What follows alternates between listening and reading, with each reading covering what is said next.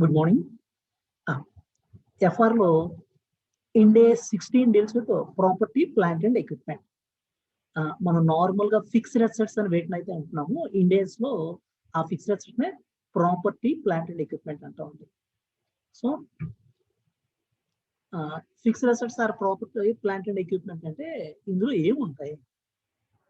So land and building, plant and machinery, furniture and fixers. ఒక organisation successful గా run అవ్వాలి అంటే fixed assets లో ఇన్వెస్ట్మెంట్ రిక్వైర్మెంట్ ఉంటుంది, వర్కింగ్ క్యాప్ లో ఇన్వెస్ట్మెంట్ రిక్వైర్మెంట్ ఉంటుంది. Fixed assets is must for any organization. వాటిని ఇక్కడ మనం PPE, property, plant and equipment అంటున్నాం.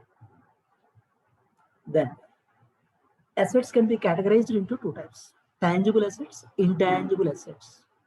So PPE are nothing but tangible assets. Tangibility అనేది ఉంటుంది, టచ్ అండ్ ఫీల్ అనేది ఉంటుంది. ఫిక్స్డ్ అసెట్స్ ఆర్ పిపిఈలో. మరి ఈ ఫిక్స్డ్ అసెట్ దేనికోసం మనం హోల్డ్ చేస్తున్నాం? So production of goods and services. Machines ఉన్నాయనుకోండి, plant and machinery for the sake of production of goods and services. Manufacturing organisation manufacture చేయడం కోసం వాటి రిక్వైర్మెంట్ ఉంటుంది. మరి ల్యాండ్ అండ్ బిల్డింగ్ మనకి ప్రొడక్షన్ కావాలి అంటే ఒక లొకేషన్ కావాలి. సో అంటే production of goods and service లో యూజ్ అవుతుంది, or otherwise giving on rental basis. So ఆ బిల్డింగ్ మనం రెంటల్ బేసిస్ లో ఇవ్వచ్చు.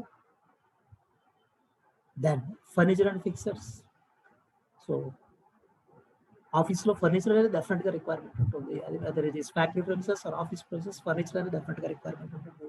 So that is useful for administrative purpose. Administrative purpose కి యూజ్ అవడం అనేది హ్యాపీ అవుతుంది. అలాగే వీటన్నిటిలో కామన్ గా ఉన్న క్యారెక్టరిస్టిక్ ఫీచర్ ఏంటి అంటే they will be useful for more than one period. Capital expenditure వాటి వల్ల benefit over a period of time arise అవుతుంది. So useful for more than one period. అలాగే మన బేసిక్ ఇంటెన్షన్ వాటిని హోల్డ్ చేస్తూ బెనిఫిట్ డెరైవ్ చేసుకోవడం మన టార్గెట్, కానీ వాటిని సేల్ చేసి గెయిన్ అవుదాం అనే టార్గెట్తో ఉండాలి.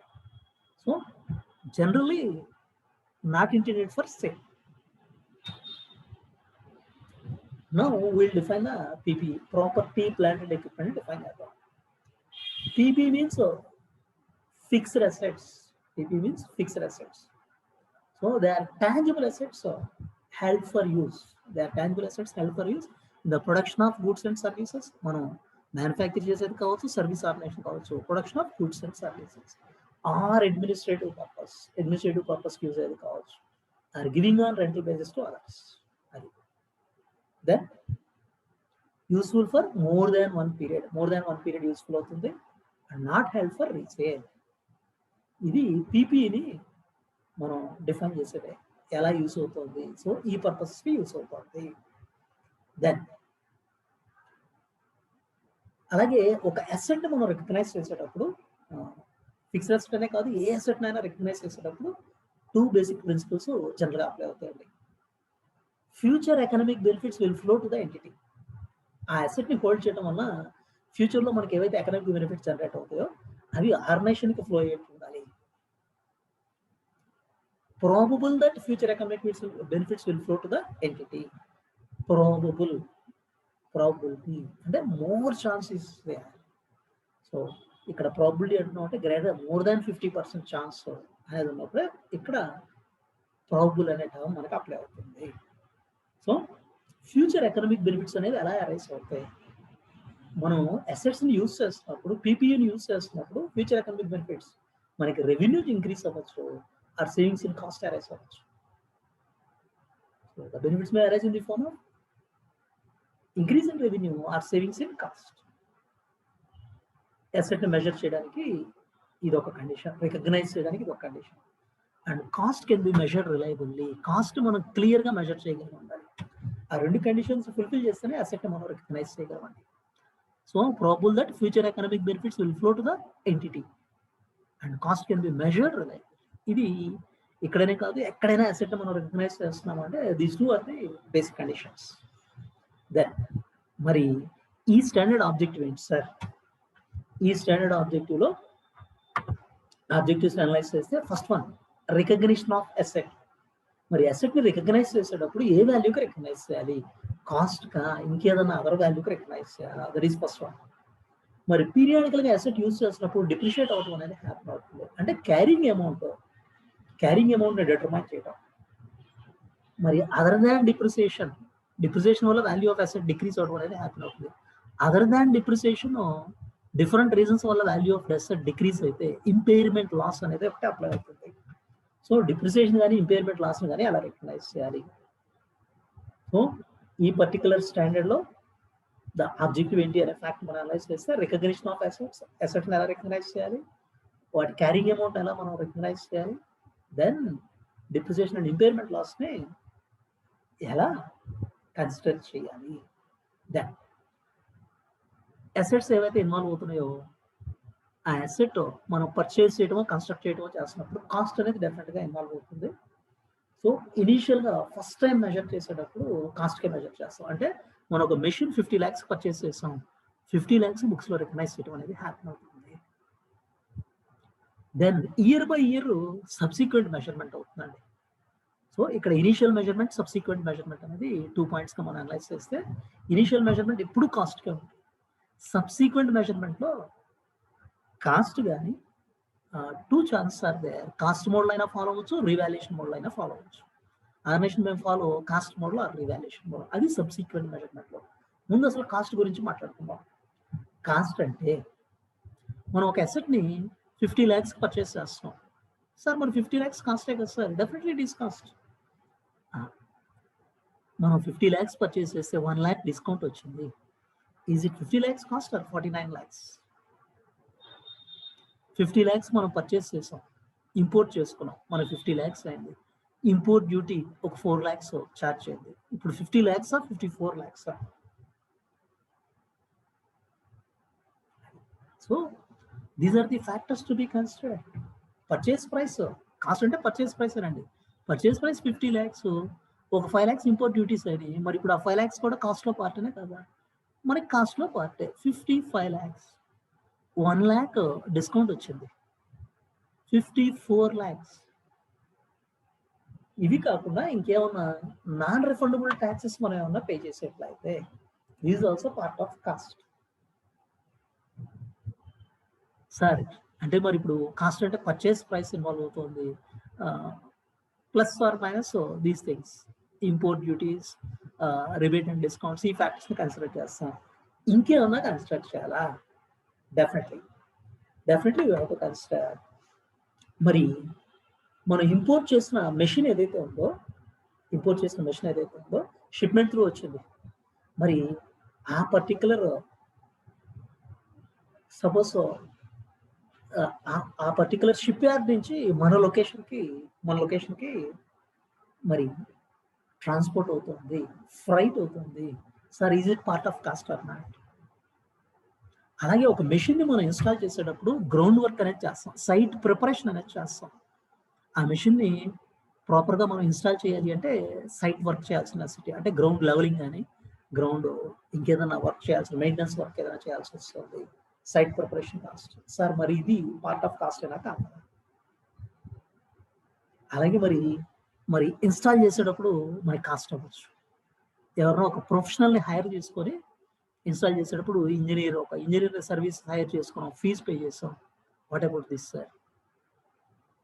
అలాగే సపోజ్ మనం ఏదన్నా ఫస్ట్ టైం ఒక సెల్ ఫోన్ కొన్నామండి, వెంటనే ఏం చేస్తాం?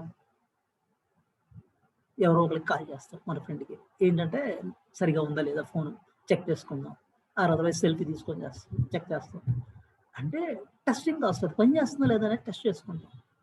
అలాగే మరి మెషిన్ పర్చేస్ చేసినా మనం టెస్ట్ చేసుకుంటాం కదా, టెస్టింగ్ కాస్ట్. ఇలాంటివన్నీ పార్ట్ ఆఫ్ కాస్ట్ అయినా కాదు? Definitely these are also part of cost. దీన్నే డైరెక్ట్లీ అట్రిబ్యూటబుల్ కాస్ట్గా కన్సిడర్ చేస్తాం. Directly attributable cost for bringing the asset to the location and usable condition. మన పర్టికులర్ లొకేషన్కి అండ్ యూజబుల్ కండిషన్లోకి తీసుకురావడానికి డైరెక్ట్గా అట్రిబ్యూట్ చేయగలిగిన కాస్ట్, డైరెక్ట్గా రిలేట్ చేయగలిగిన కాస్ట్. అలాగే ఆ పర్టికులర్ మెషిన్ లైఫ్ అయిపోయాక మరి దాన్ని రిమూవ్ చేయడానికి కూడా కాస్ట్ అవుతుంది.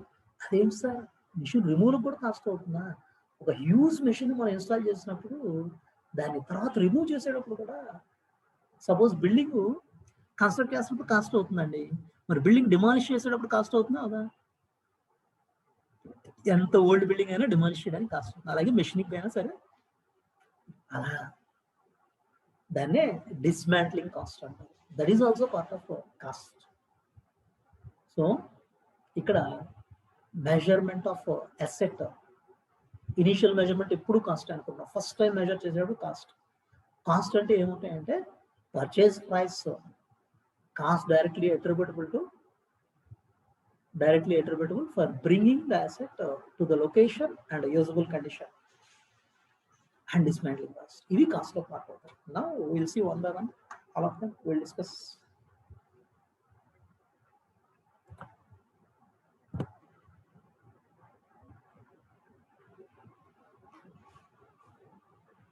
Measurement of asset.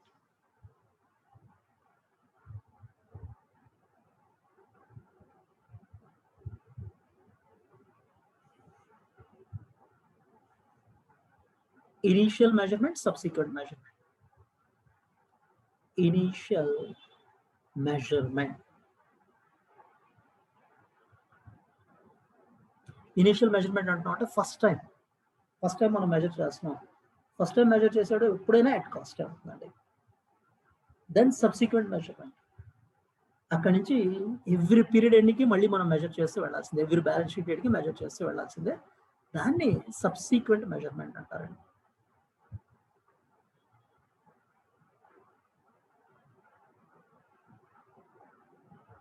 Okay, subsequent measurement గురించి మాట్లాడుకుందాం. ఇప్పుడు ఇనిషియల్ మెజర్మెంట్ లో కాస్ట్ అనుకున్నాం. మరి కాస్ట్ అంటే ఏమి ఇన్వాల్వ్ అవుతాయి? కాస్ట్ అంటే ఫస్ట్ మనం తెలుసుకోవాల్సిన 3 elements. Purchase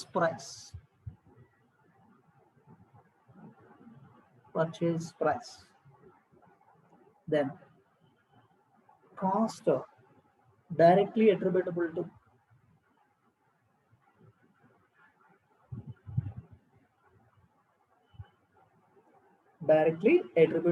for bringing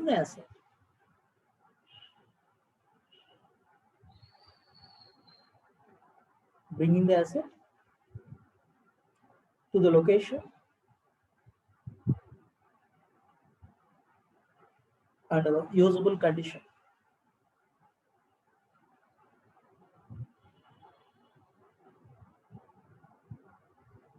Cost directly attributable for bringing the asset to the location and usable condition. ఈ పర్టికులర్ లొకేషన్ కి యూస్ఫుల్ కండిషన్ లో తీసుకురావడానికి అవుతున్న కాస్ట్, డైరెక్ట్ గా రిలేట్ చేయగలిగిన కాస్ట్. అలాగే డిస్మాంట్లింగ్ కాస్ట్.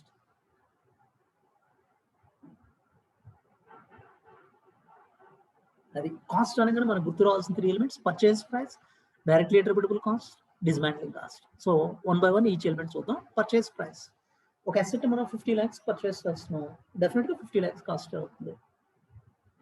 ఇంపోర్ట్ చేసుకుంటున్నాం, ఇంపోర్ట్ డ్యూటీ 5 lakhs ఉంది, 55 lakhs will be the cost. మరి నాన్ రిఫండబుల్ ట్యాక్స్ ఏవో చార్జ్ చేస్తున్నారు, 1 lakh చార్జ్ చేశారు, 56 lakhs ఇస్ ద కాస్ట్. ఇందులో మనకి డిస్కౌంట్ ఆ రిబేట్ 2 lakhs వచ్చింది, 54 lakhs is the cost. Purchase price plus import duties plus non refundable taxes minus rebates or discount plus import duties plus non refundable taxes. Tax గురించి ఏం మాట్లాడినా సరే అది రిఫండబులా non రిఫండబులా చూడండి. రిఫండబుల్ అయితే we need not worry, non refundable అయితే part of cost. Non refundable taxes minus rebate or discount.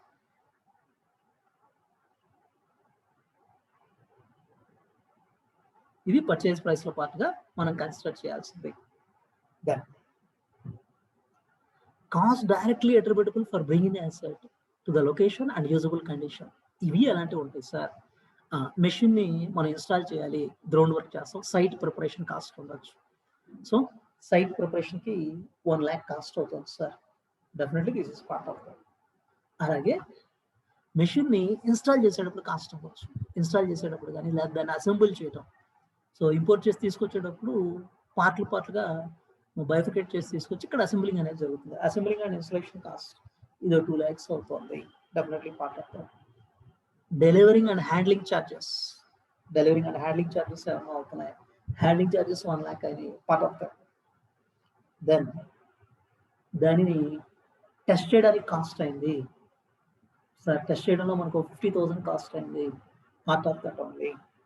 Professional charges, దాన్ని install చేసే ప్రాసెస్లో ఇంజనీర్ సర్వీస్ హైర్ తీసుకున్నాం, ఇంజనీర్కి మనం ఫీ పే చేసాం 1 lakh, part of that only. అలాగే ఈ మెషిన్ని పర్చేస్ వస్తుంది బారో చేసిన ఫండ్స్తో పర్చేస్ చేస్తున్నాం. మరి బారో చేసిన ఫండ్స్ ఎప్పుడైతే ఇన్వాల్వ్ అవుతాయో బారోయింగ్ కాస్ట్ అనేది ఇన్వాల్వ్ అవుతుంది. సార్ బారోయింగ్ కాస్ట్ ఎంత తీసుకోవచ్చు, ఎంతైనా తీసుకోవచ్చు సార్. సపోజ్ బారోయింగ్ కాస్ట్ ఒక 4 lakhs అయింది, borrowing cost up to the cost permitted by Ind AS 23. Borrowing cost separate standard ఉంది కదా, as per that Ind AS 23లో ఎంతైతే పర్మిట్ చేస్తారో అంతవరకు క్యాపిటలైజ్ చేయడానికి ఎంతైతే పర్మిట్ చేస్తారో అంతవరకు పార్ట్ ఆఫ్ కాస్ట్గా కన్సిడర్ చేయాలి. సో అలాగే ఒక బిల్డింగ్ కన్స్ట్రక్ట్ చేస్తున్నప్పుడు ఎంప్లాయీ సర్వీస్ ఏమైనా యూజ్ చేసుకుంటున్నాం, ఆ కాస్ట్ని కూడా క్యాపిటలైజ్ చేయొచ్చు. అంటే ఒక అసెట్ని అక్వైర్ చేస్తున్నప్పుడు, కన్స్ట్రక్షన్ చేస్తున్నప్పుడు కాస్ట్ ఏమైనా ఇన్వాల్వ్ అవుతుంది, బట్ డెఫినెట్గా part of this particular cost of అసెట్లో పార్ట్గా కన్సిడర్ చేయొచ్చు. ఎంప్లాయీ సర్వీస్కి 2 lakhs కాస్ట్ అయింది, ఇవన్నీ part of.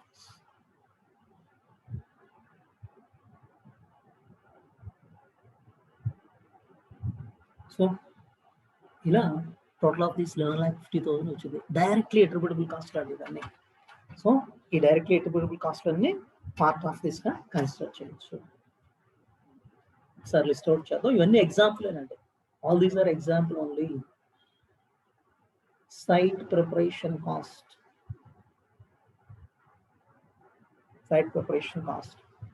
Installation cost, installation charges, assembly cost, installation and assembly cost. Then delivery and handling charges, testing cost, test చేయడానికి cost ఏమన్నా అవుతుంది. Professional charges, professional service ఏమైనా హైర్ చేసుకుంటున్నాం, ఛార్జెస్ అవుతున్నాయి. బారోయింగ్ కాస్ట్ పర్మిటెడ్ అంటారు Ind AS 23లో permit చేసినంత వరకు. Employee cost in equation or construction of the asset, ఇవన్నీ డెఫినెట్గా పార్ట్ ఆఫ్ ది కాస్ట్ గానే డైరెక్ట్లీ అట్రిబ్యూటబుల్ కాస్ట్లో పార్ట్గా మనం కన్సిడర్ చేయొచ్చు. Then all these are examples only, అంతేగాని ఎగ్జాస్టివ్ లిస్ట్ అనేది ఇక్కడ మనమే ప్రిపేర్ చేయాలి. మరి నేను కొన్ని ఐటమ్స్ చెప్తాను, అవి డైరెక్ట్లీ అట్రిబ్యూటబుల్ కాస్ట్ కాదో చెప్తాను. ఇప్పుడు ఒక న్యూ లొకేషన్ ఓపెన్ చేసా ఉండేది, ఆ న్యూ లొకేషన్ ఓపెన్ చేసినప్పుడు మనకి డెఫినెట్గా డిఫరెంట్ టైప్స్ ఆఫ్ కాస్ట్ అవ్వచ్చు. మరి దాన్ని పార్ట్ ఆఫ్ డైరెక్ట్లీ అట్రిబ్యూటబుల్ కాస్ట్గా కన్సిడర్ చేయొచ్చా? Yes sir, new location open చేస్తున్నాము, అక్కడ డిఫరెంట్ టైప్స్ ఆఫ్ ఎక్స్పెన్స్ మనకు అవ్వచ్చు, అడ్వర్టైజ్మెంట్ కానీ లేకపోతే ప్రీ ఆపరేటివ్ ఎక్స్పెన్సెస్ కానీ ఇలాంటివి హ్యాపన్ అవ్వచ్చు. వాటిని మరి పార్ట్ ఆఫ్ కాస్ట్గా కన్సిడర్ చేయొచ్చా? నో, అది ఆ అసెట్కి డైరెక్ట్గా అట్రిబ్యూటబుల్ కాస్ట్గా కన్సిడర్ చేయలేం.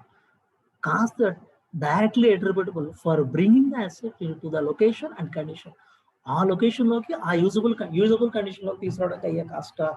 నో, అడ్వర్టైజ్మెంట్ మీరు గ్రాండ్గా చేసుకుంటున్నారు, అది యూజబుల్ కండిషన్లోకి తీసుకురావడానికి అయ్యే కాస్ట్ కాదు కదా. అలాగే ఒక న్యూ ఫెసిలిటీ ఓపెన్ చేస్తున్నారు, దానికి ఏదైనా ప్రీ ఆపరేటివ్ ఎక్స్పెన్స్ అవుతున్నాయి, నో, అది యూజబుల్ కండిషన్లోకి తీసుకురావడానికి వస్తున్న కాస్ట్ కాదు.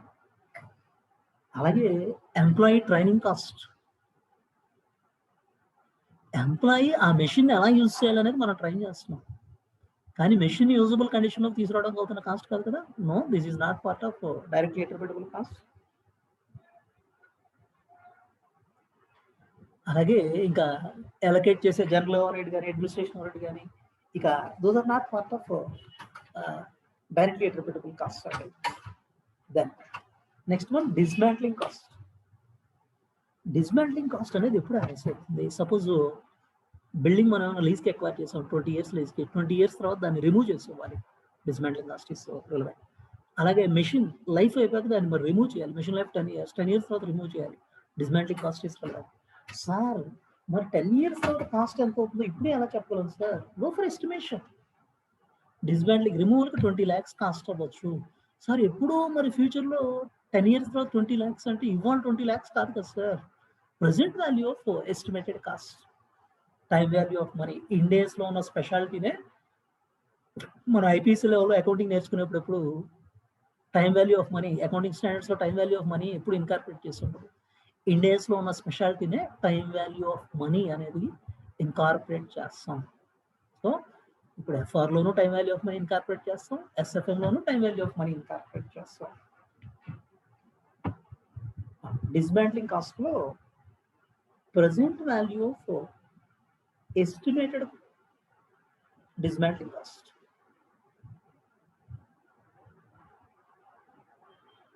Dismantling is nothing but removal cost. It generally it arises in case of operate lease. Generally arises in case of operating lease. So building any asset ni oka machine ni gaani man operating lease base lo acquire chestam, akkada most of the times ఇది arise అవుతుంది. Estimated cost, estimated dismantling cost, దాని present value take up చేయాలి. ఇది cost అంటే మనం consider చేయాల్సింది. అసలు cost గురించి ఎందుకు మాట్లాడుకుంటున్నాం? మెజర్మెంట్ ఆఫ్ అసెట్ని ఇనీషియల్గా ఎప్పుడు ఎట్ కాస్ట్ మెజర్ చేస్తాం. కాస్ట్ అనగా 3 elements: purchase price, directly attributable cost, dismantling cost. ఈ 3 elements మనం కన్సిడర్ చేయాలి. మరి సబ్సిక్వెంట్ మెజర్మెంట్, సార్ ఇయర్లో మనం అసెట్ పర్చేస్ చేసాం, దెన్ ఎండ్ ఆఫ్ ది ఇయర్కి మెజర్ చేయడం ఎలాగా? సబ్సిక్వెంట్ మెజర్లో కూడా you can go for cost. So 2 models are available. ఒకటి కాస్ట్ మోడల్, 2 రీవాల్యుయేషన్ మోడల్.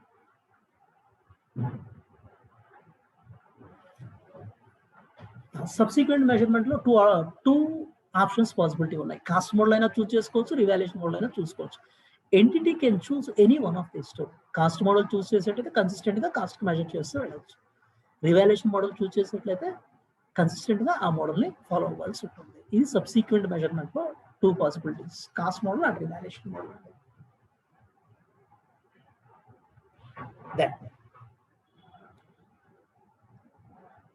మరి PPE, property plant and equipment అనేది ఈ మెషిన్స్ ఎక్విప్మెంట్ ఇన్వాల్వ్ అవుతున్నప్పుడు జనరల్గా వాటికి స్పేర్ పార్ట్స్ కూడా మనం హోల్డ్ చేయడం అనేది హ్యాపీ అవుతుంది.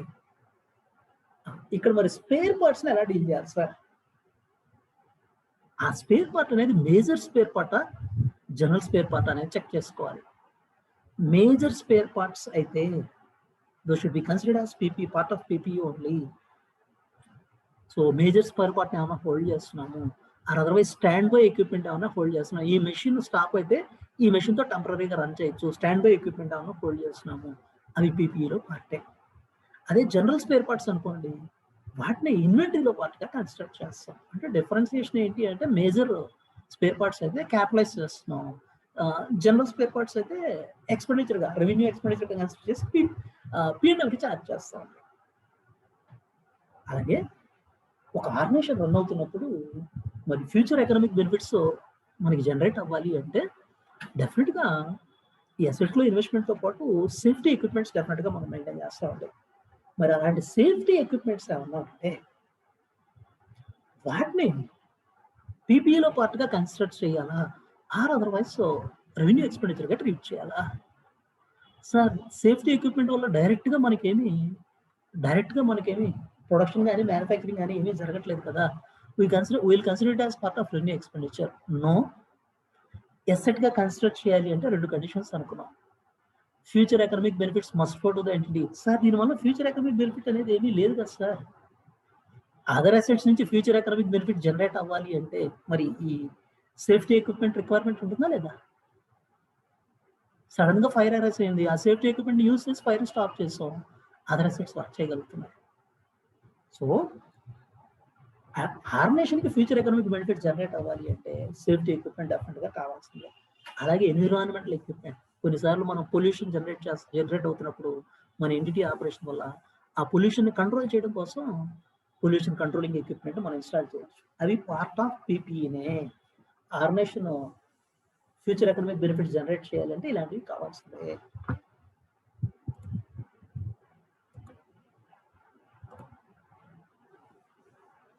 Recognition of other items.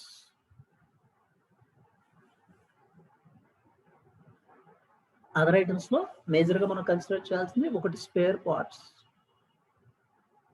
రెండు safety and environmental expenses equipment. Safety and environmental equipment.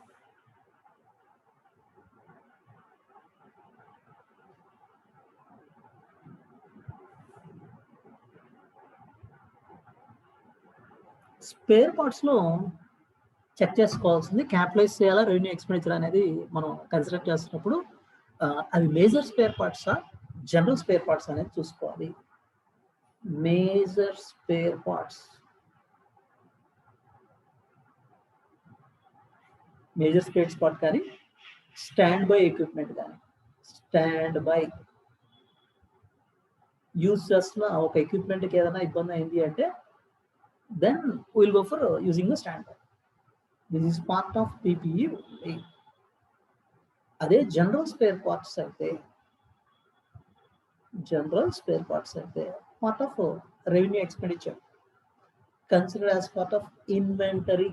Normal ఇన్వెంటరీలో పార్ట్గా కన్సిడర్ చేయండి అండ్ ఛార్జ్ టు పిఎన్ఎల్కి ఛార్జ్ చేయండి. సేఫ్టీ అండ్ ఎన్విరాన్మెంటల్ ఎక్విప్మెంట్ ఏవైతే ఇన్వాల్వ్ అవుతున్నాయో these are necessary for the entity to generate future economic benefits. Future economic benefits generate అవ్వాలి అంటే these are necessary for an entity.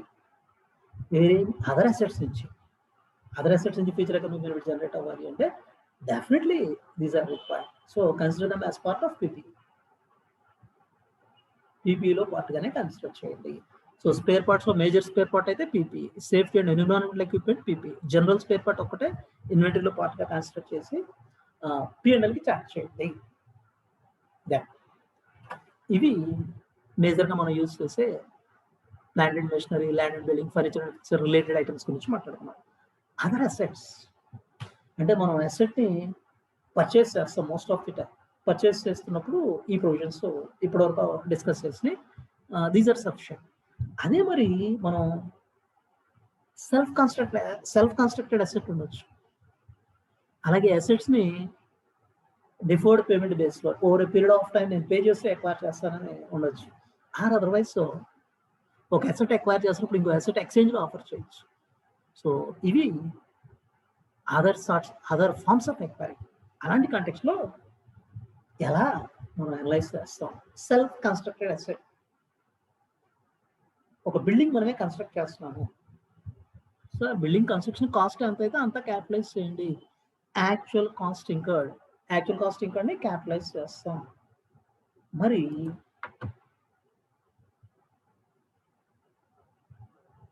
అలాంటి కాంటెక్స్లో borrowing cost ఏమైనా involve అయితే కన్సిడర్ చేయాలా వస్తుందా? కన్స్ట్రక్షన్ చేయడం కోసం మనం బ్యాంక్ లోన్ తీసుకొని ఫైనాన్స్ చేశారు సార్, బారోయింగ్ కాస్ట్ కన్సిడర్ చేద్దాం అవుతా. సపోజ్ మనం ఒక 80 lakhs బిల్డింగ్ కన్స్ట్రక్ట్ చేసాం సార్, దీనికి బారోయింగ్ కాస్ట్ 10 lakhs అయింది sir, consider or not? Definitely you can consider up to the extent permitted by other standard. Ind AS 23 ఎంతవరకు క్యాపిటలైజ్ చేయడానికి పర్మిట్ చేస్తుందో అంతవరకు డెఫినెట్గా మనం కన్సిడర్ చేయొచ్చు.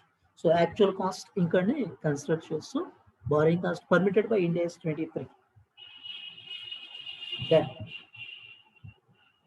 మనం ఈ కన్స్ట్రక్షన్ క్యాలిక్యులేషన్స్ చేస్తున్నప్పుడు కొన్నిసార్లు ఇంటర్నల్ అండ్ నేషనల్ ప్రాఫిట్స్ని ఇంక్లూడ్ చేస్తూ ఉండొచ్చు సార్. మరి వాటిని కూడా ఇంక్లూడ్ చేయొచ్చా? No, those are not to be considered. Internal profits కానీ ఒక డిపార్ట్మెంట్ నుంచి ఇంకో డిపార్ట్మెంట్ ట్రాన్స్ఫర్ చేస్తున్నప్పుడు సార్ ట్రాన్స్ఫర్ ప్రైస్ మీద 10% వీళ్ళు ఛార్జ్ చేసుకుంటారు సార్, అది కూడా కాస్ట్ చేస్తాం. No, that is not acceptable. Internal profits కానీ నేషనల్ ప్రాఫిట్స్ కానీ ఏమన్నా ఉంటే వాటిని ఎలిమినేట్ చేయాల్సిందే. అలాగే suppose internal profits 4 lakhs include అని ఎక్స్క్లూడ్ దమ్. అబ్నార్మల్ లాసెస్ ఏమైనా అరైజ్ అయినాయి సార్, సడన్ గా అబ్నార్మల్ లాస్ ఇది కన్స్ట్రక్ట్ చేసే ప్రాసెస్ లో ఫైర్ అరైజ్ అయింది సార్, దానివల్ల ఇది ఎక్స్ట్రా కాస్ట్ అయింది సార్, సో దీన్ని కూడా ఇందులో పార్ట్ గా కన్సిడర్ చేస్తున్నాం. No, abnormal loss are not to be considered. Abnormal loss ఒక 3 lakhs రికగ్నైజ్ చేశాను సార్, ఎక్స్క్లూడ్ చేయండి. So now it comes to 83 lakhs. ఇది సెల్ఫ్ కన్స్ట్రక్టెడ్ అసెట్ లో గుర్తుపెట్టుకోవాల్సింది. యాక్చువల్ కాస్ట్ ఇంకా కన్సిడర్ చేయండి, బారోయింగ్ కాస్ట్ పర్మిటెడ్ వరకు కన్సిడర్ చేయండి, ఇంటర్నల్ ఆర్ నోషనల్ ప్రాఫిట్స్ ఏమైనా ఉంటే ఎక్స్క్లూడ్ చేయండి, ఇగ్నోర్ చేయండి, అండ్ అబ్నార్మల్ లాసెస్ ఏమైనా ఉన్నా వాటిని కన్సిడర్ చేయొద్దు.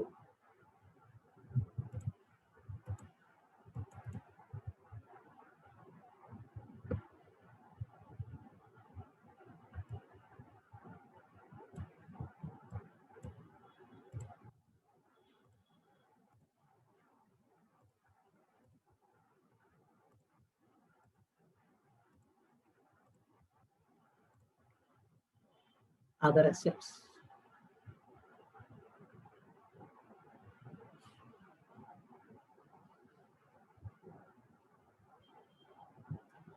Cost of self-constructed assets.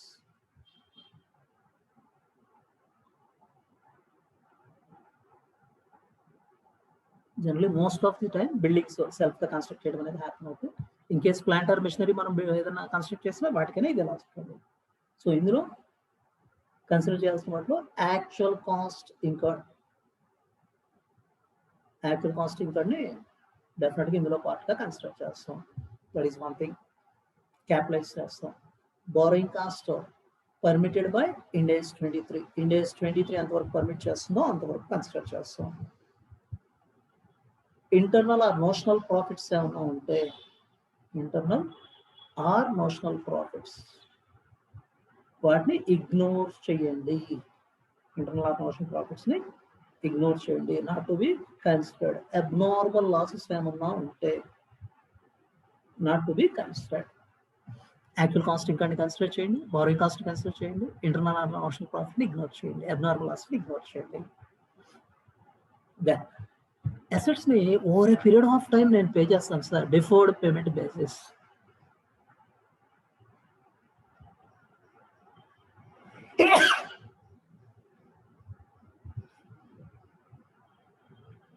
ఇక్కడ ఎలా కన్సిడర్ చేయాలి? నో, ఒక అసెట్ ని మనం over period of 5 years payment చేసేట్టు ఎవ్రీ ఇయర్ 10 lakhs చొప్పున 5 years లో 50 lakhs పే చేసేట్టు ఒక అసెట్ ని అక్వైర్ చేసాం. No, can we consider as cost of asset as 50 lakhs? Yes sir, మొత్తం మనకు అవుతున్న కాస్ట్ 50 lakhs కాబట్టి డెఫినెట్ గా 50 lakhs కన్సిడర్ చేయొచ్చు. నో నో నో, ఇక్కడ క్యాష్ ప్రైస్ ఆఫ్ అసెట్ ఇప్పటికిప్పుడు మొత్తం పే చేసి అక్వైర్ చేస్తే కాస్ట్ ఎంతైతే అవుతుందో దాన్ని కన్సిడర్ చేస్తాం. సపోజ్ ఇప్పటికిప్పుడు పే చేసి ఎక్వైర్ చేస్తే it's cost is like 40 lakhs అనుకోండి, క్యాష్ ప్రైస్ ఆఫ్ అసెట్. ఆ 40 lakhs ని అసెట్ గా కన్సిడర్ చేస్తాం. సార్ మరి ఎక్స్ట్రా పే చేస్తే 10 lakhs ఇంట్రెస్ట్, వీటన్నిటిలో బారోయింగ్ కాస్ట్ ని కన్సిడర్ చేస్తున్నాం కదా సార్, మరి ఇక్కడ కూడా కన్సిడర్ చేయొచ్చు కదా. ఇంట్రెస్ట్ ఎంతవరకు కన్సిడర్ చేస్తాము అంటే as permitted under Ind AS 23. Borrowing cost ఎంతవరకు అయితే పర్మిట్ చేస్తారో so over a period of time దాన్ని స్ప్రెడ్ చేస్తూ కన్సిడర్ చేస్తాం as permitted by Ind AS 23. So assets acquired on deferred payment basis.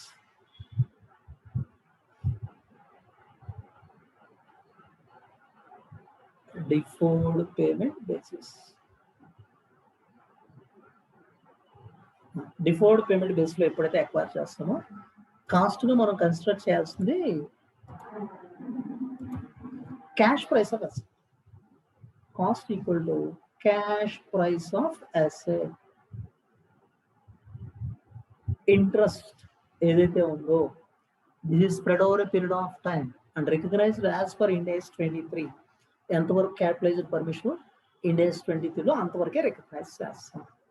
ఇది డిఫర్డ్ పేమెంట్ బేసిస్ లో మనం అక్వైర్ చేస్తున్నప్పుడు కన్సిడర్ చేయాల్సిందే. అసెట్ కి అసెట్ మనం ఎక్స్చేంజ్ చేసుకుంటున్నాం, అలాంటప్పుడు ఎలాగా? సో మనం ఒక అసెట్ ఎక్వైర్ చేస్తున్నాం, మనం ఒక మెషిన్ ఎక్వైర్ చేస్తున్నాం, దానికి ఎగనెస్ట్ ఒక బిల్డింగ్ని ఆఫర్ చేస్తున్నాం. మరి ఇప్పుడు వాల్యూ ఎలా తీసుకోవాలి సార్? సో ఇలాంటి కాంటెక్స్లో కొంచెం కేర్ఫుల్గా మనం అనలైజ్ చేయాలి. ఫస్ట్ చెక్ చేసుకోవాల్సిన కండిషన్స్ ఏంటి అంటే, the asset has commercial substance అన్నమాట. కమర్షియల్ సబ్స్టాన్స్ ఉందా లేదా? సో కమర్షియల్గా దానికి సబ్స్టాన్స్ ఉంది అనుకుంటే డెఫినెట్లీ అదొక కండిషన్ అండి. అలాగే next fair value of asset acquired. మనం ఏదైతే అసెట్ ఎక్వైర్ చేస్తున్నాం, మిషన్ ఎక్వైర్ చేస్తున్నాం, దాని ఫెయిర్ వాల్యూ తెలుసా? Or otherwise asset given up, మనం బిల్డింగ్ వదిలేస్తున్నాం, ఆ బిల్డింగ్ ఫెయిర్ వాల్యూ. సో ఈ రెండు కండిషన్స్ మనం చెక్ చేసుకోవాలి. కమర్షియల్ సబ్స్టాన్స్ ఉందా లేదా అనే ఫ్యాక్ట్ని, and fair value of asset taken up or fair value of asset given up. Asset acquire చేసింది కానీ మనం వదిలేస్తుంది కానీ ఫెయిర్ వాల్యూ తెలియాలి. దెన్ అలాంటి కండిషన్లో ఆ రెండు కండిషన్స్ ఫుల్ఫిల్ చేస్తే straight away asset cost is nothing but fair వాల్యూగా కన్స్ట్రక్ట్ చేస్తాం. దెన్ ఈ రెండు కండిషన్స్ లో ఏ ఒక్క కండిషన్ సాటిస్ఫై అవ్వకుండా ఏం చేయాలి? Will see. Exchange of asset.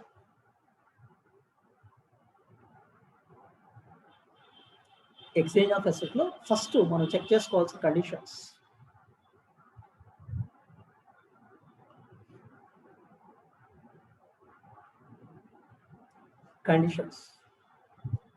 Asset has a commercial substance. Commercial substance అనేది ఉండాలి. Fair value of asset acquired or given up. మనం ఎక్వైర్ చేసిన అసెట్ కానీ వదిలేసిన అసెట్ కానీ ఫెయిర్ వాల్యూ తెలుస్తుంది. ఈ రెండు ఫుల్ఫిల్ అయితే, బోత్ దీస్ ఆర్ ఫుల్ఫిల్, అయితే asset cost equal to fair value.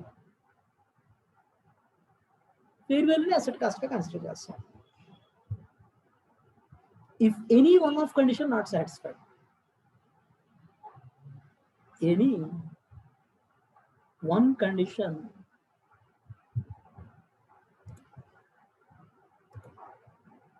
if any one condition not satisfied,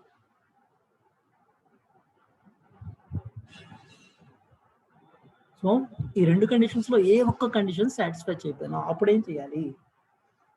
మరి మనం ఏదో ఒక అసెట్ వదిలేస్తున్నాం కదా, మనం టేకప్ చేస్తున్న అసెట్ వాల్యూ పక్కన పెట్టండి. మన బుక్స్ లో ఉన్న అసెట్ ఉంది కదా, ల్యాండ్ అండ్ బిల్డింగ్ మన బుక్స్ లో ఉంది, దాని బుక్ వాల్యూ ఎంత ఉంది సార్? 10 lakhs ఉంది సార్ దాని book value.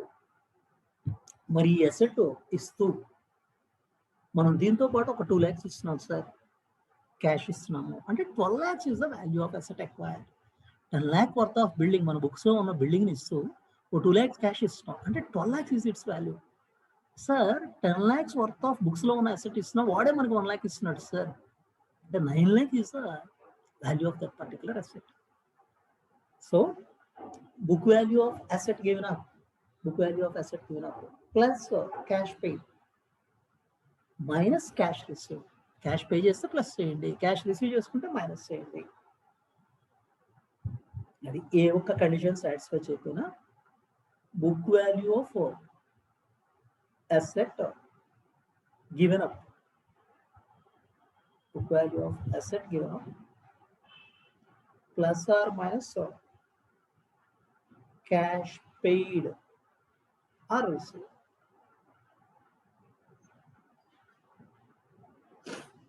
Cash paid or received. Book value of asset given up ki cash paid or received adjust చేసి take up చేయాలి. So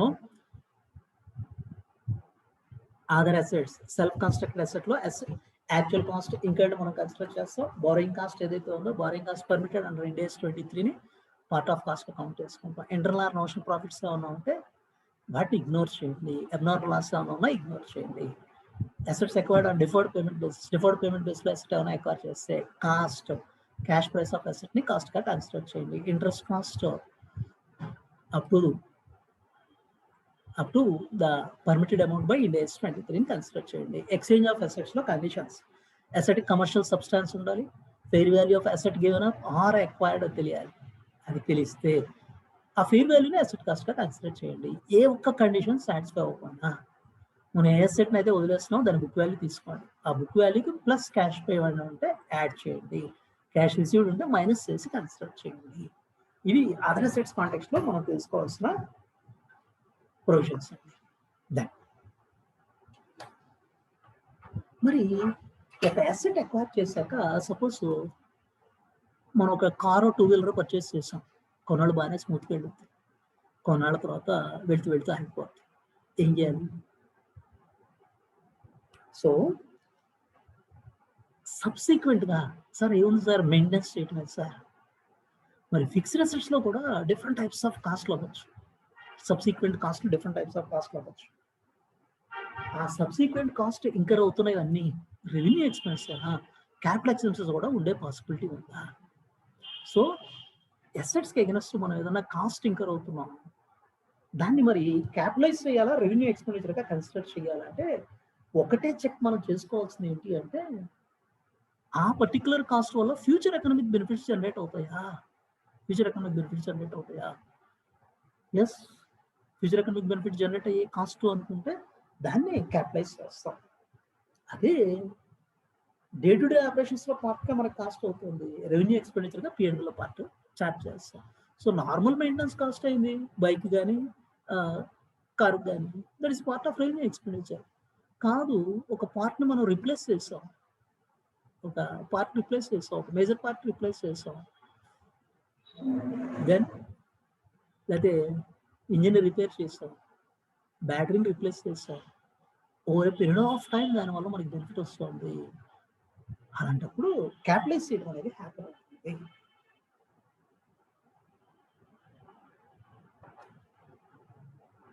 నేను ఇప్పుడు ఎగ్జాంపుల్గా చెప్పాను, ఇంజిన్ ఏదో రిపేర్ చేస్తాం, నాకు స్పెసిఫిక్గా ఒక పార్ట్ని రిప్లేస్ చేస్తే ఎలా ఉంటుంది అనేది వన్ మోర్ పాయింట్ కింద డిస్కస్ చేద్దాం. సో సబ్సిక్వెంట్ కాస్ట్లో కాస్ట్ ఇంకర్ అవుతున్నప్పుడు అది క్యాపిటలైజా రెవెన్యూనా అనేది ఫస్ట్ చెక్ చేసుకోవాలి.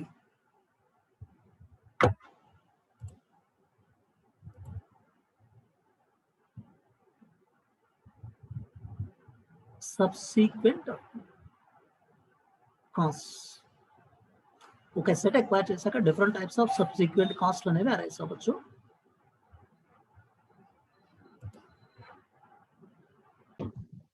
సో సబ్సిక్వెంట్ కాస్ట్ ఇంకర్ అవుతున్నప్పుడు అది క్యాపిటలైజ్ చేయాలా రెవెన్యూ ఎక్స్పెండిచర్ అనే ఫ్యాక్ట్ మనం అనలైజ్ చేసుకుంటే it is going to generate future economic benefits. Capitalise చేయాలి, cost in normal operating activities లో పార్ట్ అవుతుంది, ఆపరేటింగ్ సర్వీసింగ్ లో పార్ట్ అవుతుంది, రెవెన్యూ ఎక్స్పెండిచర్ గా పిఎన్ఎల్ కి చార్జ్ చేయండి. Subsequent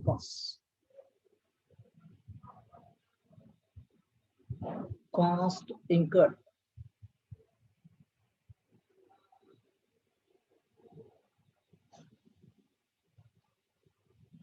cost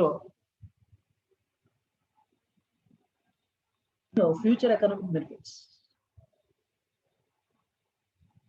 cost of day-to-day operations.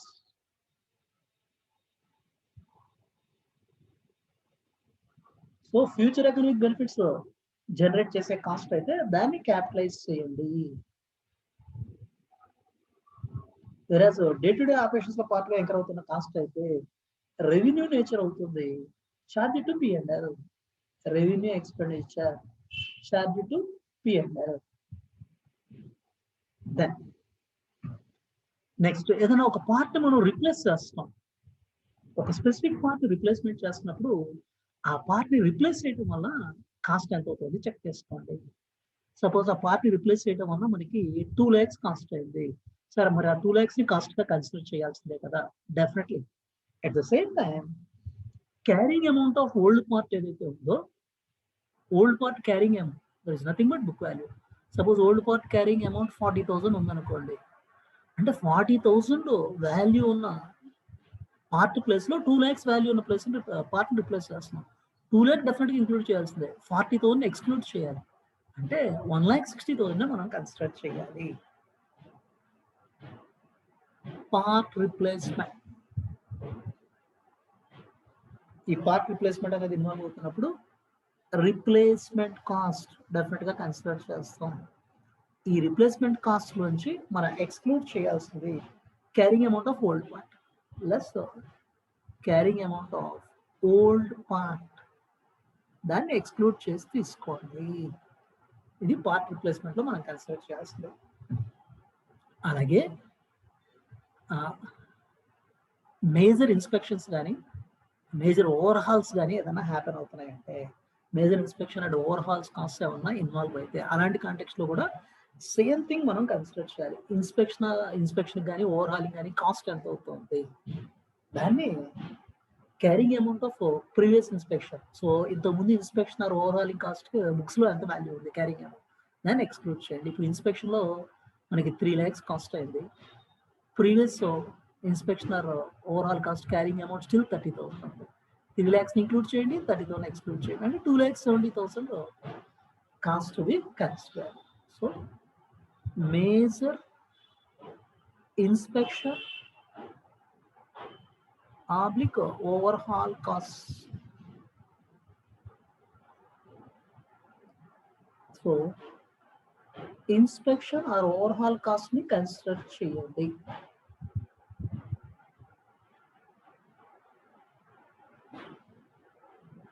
less carrying amount of previous inspection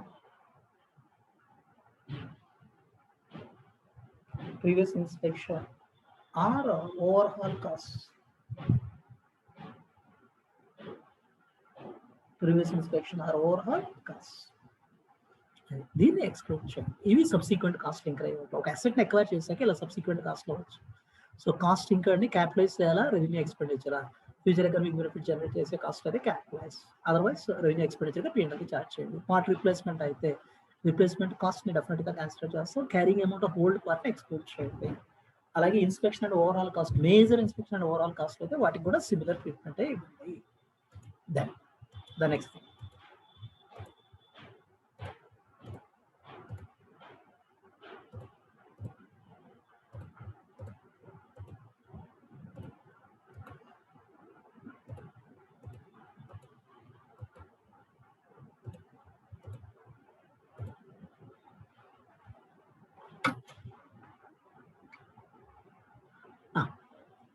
initial recognition of asset ఎప్పుడు cost కనే అనుకున్నాం. మరి సబ్సిక్వెంట్ రికగ్నిషన్ ఎప్పుడైతే ఉంటుందో, సబ్సిక్వెంట్ మెజర్మెంట్ ఏదైతే ఉంటుందో, మనం కాస్ట్ మోడల్ అయినా ఫాలో అవ్వచ్చు, రివాల్యుయేషన్ మోడల్ అయినా ఫాలో అవ్వచ్చు అనుకుంటున్నాం. కాస్ట్ మోడల్లో అయితే ఎలా కన్సిడర్ చేయాలి sir? Cost suppose 50 lakhs cost మనం ఎప్పుడైతే ఆ పర్టికులర్ ఎక్విషన్ డేట్న కాస్ట్ మనం ఎక్వైర్ చేస్తాం, మరి అక్కడి నుంచి మనకు కావాల్సిన బ్యాలెన్స్ షీట్ డేట్కి సబ్సిక్వెంట్ మెజర్మెంట్ అంటే జనరల్గా బ్యాలెన్స్ షీట్ డేట్కి మెజర్ చేస్తాం. ఈ ఇన్ బిట్వీన్ అసెట్ డిప్రిసియేషన్ ఏమన్నా అవుతుంది. 4 lakhs డిప్రిసియేషన్ అయింది, 46 lakhs value of asset. So less accumulated depreciation. అలాగే other than depreciation still different reasons వల్ల వాల్యూ ఆఫ్ అసెట్ ఫాలో అవ్వచ్చు. Market value of asset reduce అవడం వల్ల కానీ, ఆర్ అదర్వైజ్ టెక్నికల్గా అది అవుట్ ఆఫ్ డేట్ అబ్సొల్యూట్ అవడం వల్ల వాల్యూస్ రిడ్యూస్ అవ్వచ్చు. వీటి వల్ల ఇంపైర్మెంట్ లాస్ అనేది అరెస్ట్ అవుతుంది. సో అలా ఇంపైర్మెంట్ లాస్ ఏమన్నా అరెస్ట్ అయితే దాన్ని కూడా you have to reduce that particular part also. And then what do you mean by impairment? Impairment means a decrease in value of asset. Otherwise that depreciation వల్ల కాకుండా different other reasons వల్ల decrease అవుతుంది, దాన్ని impairment గా consider చేస్తాం. Suppose దానివల్ల 1 lakh reduce అయింది, 45 lakhs consider చేస్తాం. సో కాస్ట్ మోడల్లో cost less accumulated depreciation, less accumulated impairment loss. Sir ఇదే రీవాల్యుయేషన్ మోడల్ మనం చూస్ చేసుకుంటే, ఇనిషియల్ మెజర్మెంట్ ఎప్పుడు కాస్టే, మరి సబ్సిక్వెంట్ మెజర్మెంట్లో మనం రీవాల్యుయేషన్ మోడల్ చూస్ చేసుకుంటే, సో ఏ పర్టికులర్ డేట్ని అయితే మనం రీవాల్యూ చేస్తున్నామో, fair value on the date of revaluation. So మనం రీవాల్యూ చేసినప్పుడు 55 lakhs వాల్యూ ఉంది sir. Okay, fair value on the date of revaluation. అక్కడి నుంచి ఫర్దర్గా డిప్రిసియేషన్ ఏమైనా ఉంటే, సో సబ్సీక్వెంట్ అక్యూములేటెడ్ డిప్రిసియేషన్ ఏమైనా ఉంటే దాన్ని ఎక్స్క్లూడ్ చేస్తాం. సార్ అక్కడి నుంచి 2 lakh డిప్రిషియేట్ అయింది సార్, 53 lakhs. అలాగే ఆ డేట్ నుంచి మనకు కావాల్సిన బ్యాలెన్స్ షీట్ డేట్కి ఇంపైర్మెంట్ లాస్ ఏమన్నా ఉంటే దాన్ని కూడా ఎక్స్క్లూడ్ చేస్తాం. లైక్ 2 lakhs ఇంపైర్మెంట్ లాస్ ఉంది, 51 lakhs. అంటే కాస్ట్ మోడల్ ఫాలో అయినా రివాల్యుయేషన్ మోడల్ ఫాలో అయినా, సో కాస్ట్ అయితే కాస్ట్, రివాల్యుయేషన్ అయితే fair value on the date of revaluation. దాని నుంచి accumulated depreciation and accumulated impairment loss అనేవి ఎక్స్క్లూడ్ చేస్తూ మనం వాల్యూ సబ్సీక్వెంట్ మెజర్మెంట్లో రికగ్నైజ్ చేయడం అనేది హ్యాపీ అవుతుంది.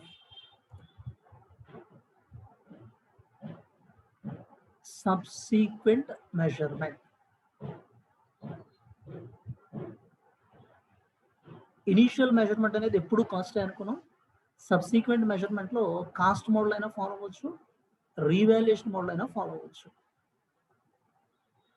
సో కాస్ట్ మోడల్ ఫాలో అయ్యేట్లయితే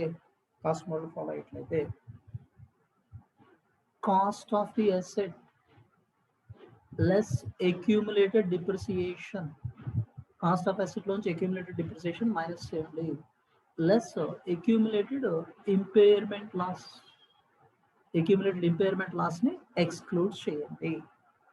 అదే రీవాల్యుయేషన్ మోడల్ ఫాలో అయ్యేట్లయితే fair value on the date of revaluation, fair value on the date of revaluation, దాని నుంచి less accumulated depreciation, less accumulated impairment loss. So అక్కడైనా accumulated depreciation impairment loss minus చేస్తున్నాం, ఇక్కడైనా accumulated depreciation and impairment loss minus చేస్తున్నాం. Sir మరి ఇప్పుడు subsequent మెజర్మెంట్లో మనం కాస్ట్ మోడల్ అయినా రివాల్యుయేషన్ మోడల్ అయినా ఏదైనా చూస్ చేసుకోవచ్చా? Definitely you can choose any one. ఒక ఇయర్ కాస్ట్ మోడల్, ఇంకో ఇయర్ రివాల్యుయేషన్ చూస్ చేసుకోవచ్చా? నో, కన్సిస్టెంట్గా ఒకటే మోడల్ని మనం చూస్ చేసుకోవాల్సి ఉంటుంది. You have to choose a model consistently.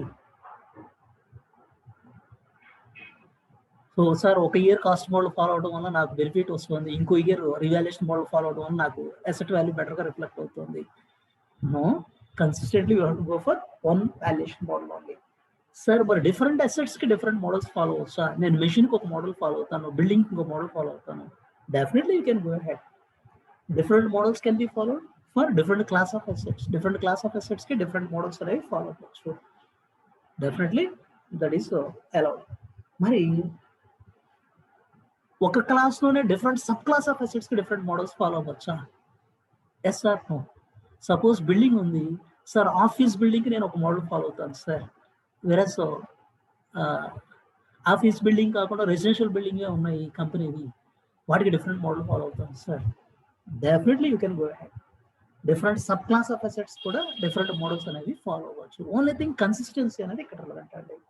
So cost model అయినా ఫాలో అవ్వచ్చు, రివాల్యుయేషన్ మోడల్ అయినా ఫాలో అవ్వచ్చు. Different models may be followed for different class of assets. Different models may be followed for different subclass of assets also.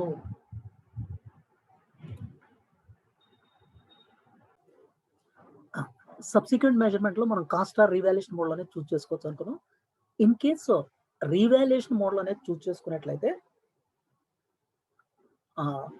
Revaluation మనకి gain అయినా arise అవ్వచ్చు, loss అయినా arise అవ్వచ్చు. So ఆ revaluation మనం చేస్తున్నప్పుడు ఇంక్రీజ్ అయినా అరైజ్ అవ్వచ్చు వాల్యూలో, డిక్రీజ్ అయినా అరైజ్ అవ్వచ్చు. ఇంక్రీజ్ అరైజ్ అవుతుంది, that is nothing but gain. Decrease arise అవుతుంది, that is nothing but loss. మరి రీవాల్యుయేషన్ గెయిన్ని ఏం చేయాలి? So that should be transfer to the revaluation surplus. ఇండేస్లో అదర్ కాంప్రహెన్సివ్ ఇన్కమ్ అనే ఒక స్పెసిఫిక్ హెడ్ ఉంటుంది. ఆ అదర్ కాంప్రహెన్సివ్ ఇన్కమ్ హెడ్లో రీవాల్యుయేషన్ సర్ప్లస్కి మనం ట్రాన్స్ఫర్ చేస్తాం. సో ట్రెడిషనల్గా మనం ఎలా అయితే అసెట్ వాల్యూ ఇంక్రీజ్ అవుతున్నప్పుడు, సపోజ్ అసెట్ వాల్యూ ఇంక్రీజ్ అయింది, మనం ఎంట్రీ ఏం రాస్తాం? Asset account data to revaluation రాస్తాం.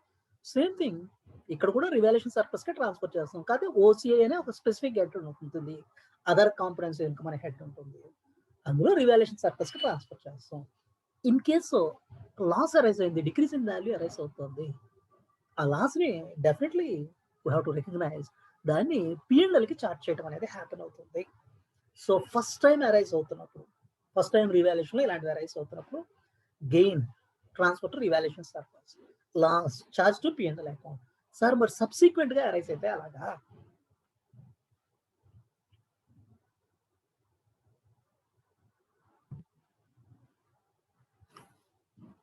Revaluation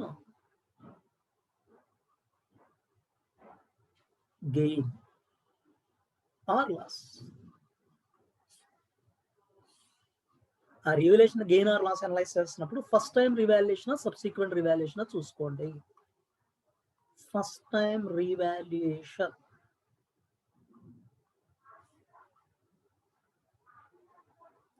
gain or increase in the value of the asset.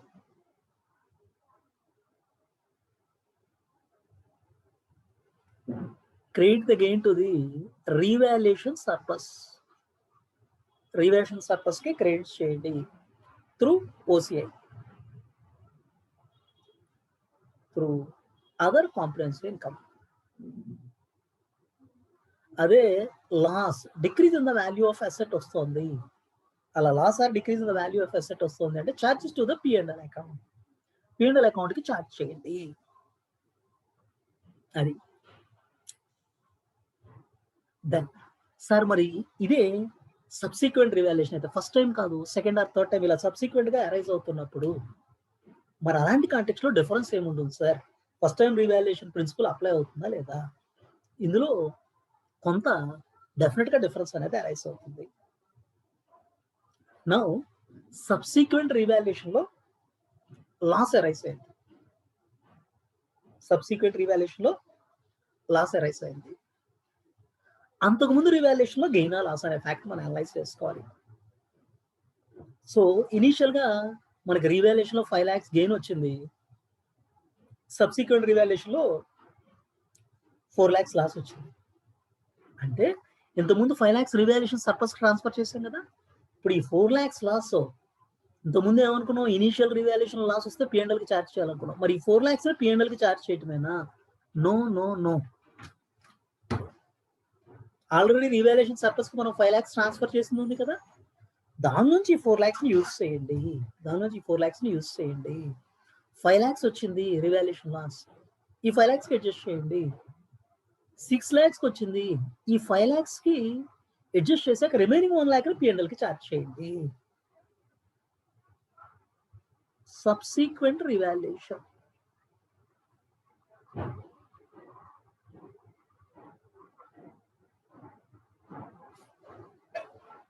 earlier increase,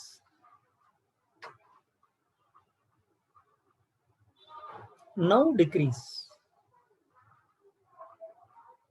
so ఇప్పుడు అరైజ్ అవుతున్న లాస్ ఏదైతే ఉందో, లేటెస్ట్ గా అరైజ్ అవుతున్న లాస్ ఇంతకు ముందు వచ్చిన గెయిన్ ఏదైతే రివాల్యుయేషన్ సర్ప్లస్ ట్రాన్స్ఫర్ చేసామో దాన్ని ఫస్ట్ అడ్జస్ట్ చేయండి. సో ఇప్పుడు 4 lakhs వచ్చింది, ఇంతకు ముందు రివాల్యుయేషన్ సర్ప్లస్ 5 lakhs ట్రాన్స్ఫర్ చేసాం, you can adjust entire 4 lakhs. 5 lakhs వచ్చింది, ఇంతకు ముందున్న 5 lakhs ని అగైన్స్ దీన్ని అడ్జస్ట్ చేయొచ్చు. 6 lakhs వచ్చింది, adjust to the extent of 5 lakhs, remaining 1 lakh ని పిఎన్ఎల్ కి ఛార్జ్ చేయండి. Adjust loss against revaluation reserve, against revaluation reserve.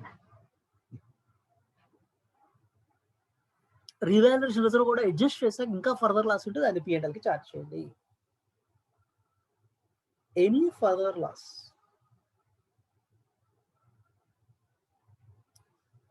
Debit to PNL, charge to PNL.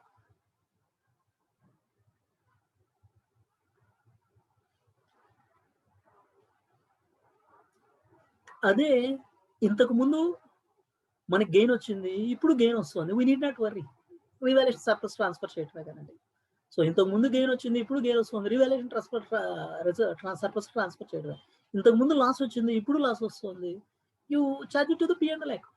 So gain repeat అవుతుంది, we need not worry, loss repeat అవుతుంది, we need not worry. మనం ఇందులో specific గా analyse చేయాల్సింది ఇంతకు ముందు గెయిన్ వచ్చింది, ఇప్పుడు లాస్ వచ్చింది, ఇంతకుముందు ఉన్న గెయిన్ వరకు రివాల్యుయేషన్ సర్ప్లస్ కి అడ్జస్ట్ చేయండి, మిగతాది పిఎన్ఎల్ కి ఛార్జ్ చేయండి. దెన్ అదే ఇంతకుముందు లాస్ వచ్చింది, ఇంతకుముందు లాస్ వచ్చింది, నవ్ ఇట్ ఈస్ గెయిన్. ఇంతకుముందు లాస్ 6 lakhs వచ్చింది. ఆ లాస్ వచ్చినప్పుడు ఏం ట్రీట్ చేసాం, 6 lakhs P&Lకి చార్జ్ చేసాం. ఇప్పుడు we're getting a gain of 3 lakhs. మరి ఇప్పుడు ఈ 3 lakhs రివాల్యుయేషన్ సర్ప్లస్కి ట్రాన్స్ఫర్ చేయాలా, ఆర్ అదర్వైజ్ P&Lకి ట్రాన్స్ఫర్ చేయాలా? ఇంతకుముందు P&Lకి మనం 6 lakhs చార్జ్ చేసాం లాస్ వచ్చిందని, ఇప్పుడు అందులో 3 lakhs రికవర్ అవుతుంది. You credit to the P&L account. ఎంతవరకు? సో 3 lakhs ఉంది, ఇక్కడ ఇంతకుముందు 6 lakhs చార్జ్ చేసాం కదా, 3 lakhs మొత్తాన్ని P&L క్రెడిట్ చేయండి. 5 lakhs వచ్చింది, 5 lakhs మొత్తాన్ని P&L క్రెడిట్ చేయండి. 6 lakhs వచ్చింది, 6 lakhs మొత్తాన్ని P&L క్రెడిట్ చేయండి.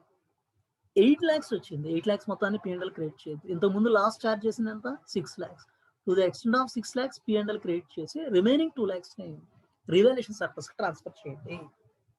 సో ఇంతకు ముందు లాస్ ఎంతైతే రికగ్నైజ్ చేసామో అంతవరకు P&L క్రెడిట్ చేయండి. ఫర్దర్ గెయిన్ ని revaluation reserve, revaluation surplus transfer చేయండి.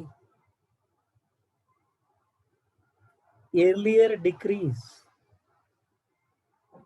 Now increase. ఇంతకుముందు లాస్ వచ్చింది, ఇప్పుడు గెయిన్ అరైజ్ అవుతుంది. Credit gain to P&L to the extent of earlier decrease, to the extent of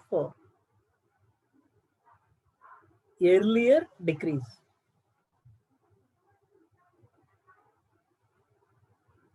Then any further gain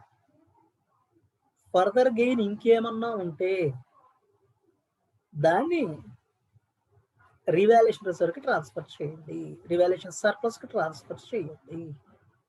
so revaluation లో gain or loss arise అవుతున్నప్పుడు first time revaluation, subsequent revaluation. First time revaluation లో gain వచ్చింది, revaluation surplus, loss వచ్చింది P&L. Subsequent revaluation లో loss వచ్చింది, earlier కూడా loss ఉంది అనుకోండి, అప్పుడు P&Lకి వెళ్తుంది, ఇప్పుడు P&Lకి వెళ్తుంది. సబ్సిక్వెంట్ లో గెయిన్ వచ్చింది, ఇంత ముందు కూడా గెయిన్ వచ్చింది, అప్పుడు రివాల్యుయేషన్ సర్ప్లస్, ఇప్పుడు revaluation surplus. We need not worry. Now ఇంతకు ముందు గెయిన్ వచ్చింది, ఇప్పుడు లాస్ వచ్చింది. జనరల్ గా లాస్ ని P&Lకి చార్జ్ చేస్తాం. P&Lకి చార్జ్ చేసే ముందు ఇంతకు ముందు రివాల్యుయేషన్ సర్ప్లస్ కి ఎంతైతే ట్రాన్స్ఫర్ చేసాం అంతవరకు రివాల్యుయేషన్ సర్ప్లస్ కి అడ్జస్ట్ చేయండి. ఇంకా ఫర్దర్ లాస్ ఉంటే దాన్ని P&Lకి చార్జ్ చేయండి. వెరాజ్ ఇంతకు ముందు లాస్ వచ్చింది, ఇప్పుడు గెయిన్ వస్తుంది. సో గెయిన్ జనరల్ గా రివాల్యుయేషన్ సర్ప్లస్ ట్రాన్స్ఫర్ చేస్తాం. దానికి ముందు ఇంతకు ముందు లాస్ P&Lకి చార్జ్ చేసాం కదా, సో ఇప్పుడు వస్తున్న గెయిన్ ని P&Lకి ట్రాన్స్ఫర్ చేయండి. ఎంతవరకు? ఇంతకు ముందు లాస్ కవర్ అయ్యేంత వరకు. ఫర్దర్ గెయిన్ ఏదన్నా ఉంటే దాని రివాల్యుయేషన్ సర్ప్లస్ ట్రాన్స్ఫర్ చేయండి. ఇది రివాల్యుయేషన్ గెయిన్ ఆర్ లాస్ ని కన్సిడర్ చేసేది. Then how frequently we have to go for revaluation. Frequency of revaluation. Sir మరి ఏంటి సార్, బ్యాలెన్స్ షీట్ డేట్కి ఎవ్రీ బ్యాలెన్స్ షీట్ డేట్కి రివాల్యూ చేసుకుంటే ఇంకా అసలు మనకి ఫెయిర్ వాల్యూ రివాల్యుయేషన్ మోడల్లో fair value on the date of revaluation నుంచి అక్యూములేట్ డిప్రిసియేషన్ అవి మైనస్ చేయటం ఉండవు కదా. So how frequently we have to go for revaluation. Fair value changes సిగ్నిఫికెంటా నాట్ సిగ్నిఫికెంట్ అనే ఫ్యాక్టర్ని చెక్ చేసుకోండి. ఆ అసెట్కి ఫెయిర్ వాల్యూ చేంజెస్ సిగ్నిఫికెంట్గా ఉంటాయి అనుకుంటే ఎవ్రీ ఇయర్ రివాల్యూ చేయాల్సిందేనండి. అదే సిగ్నిఫికెంట్ గా ఉండవు అనుకునే అసెట్స్ కి 3 to 5 years ఒకసారి, బిట్వీన్ 3 to 5 years ఒకసారి రివాల్యూ చేస్తే that is sufficient. So fair value changes సిగ్నిఫికెంటా నాట్ సో సిగ్నిఫికెంట్ అనే ఫ్యాక్టర్ మీద డిపెండ్ అవుతాయి. ఇక్కడ the objective is there should not be much difference between carrying amount and fair value. Carrying amount కి fair వాల్యూకి huge difference అనేది ఉండకూడదు, అదే major objective అవుతుందండి. So frequency of revaluation.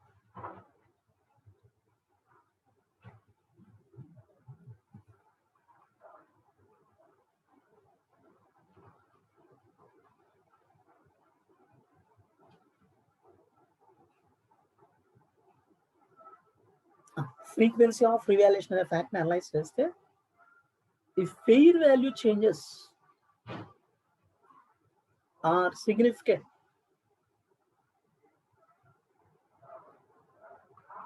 if fair value changes are not significant,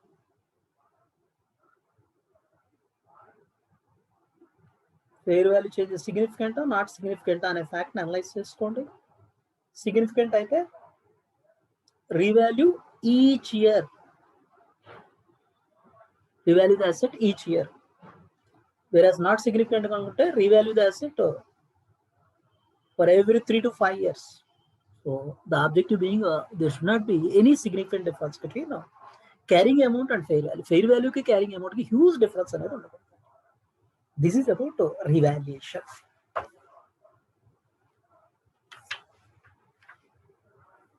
ఇంకా ఫర్దర్గా ఇప్పటి వరకు most of the provisions మనం డిస్కస్ చేసాం.